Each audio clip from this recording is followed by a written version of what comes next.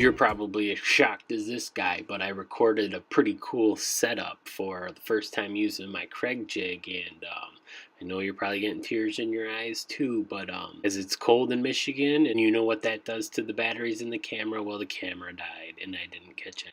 But we'll pick up right here. Got the holes drilled, and I learned real quick about the stop as I drilled right through the base of the Kreg Jig.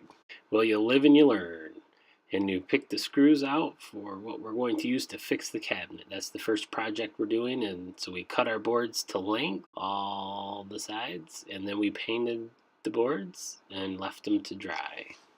Once the boards were dry, we put them into place to make sure they were going to fit, and fit they did. So as you can see, the big gap where it's pulling against the wall, hopefully we're going to close that in. I put glue on the one side of the board that I'm going to attach to the cabinet, and I put my screws in to reinforce the glue. Then quickly check the outside to make sure I didn't go through. While I waited for the glue to set up, I put my screws in. As you can see, it's pulling away on the front of the cabinet too. I then put the bottom shelf screws in first, hopefully to slowly suck it back into the wall. Got it nice and tight, and look how much it already sucked it in.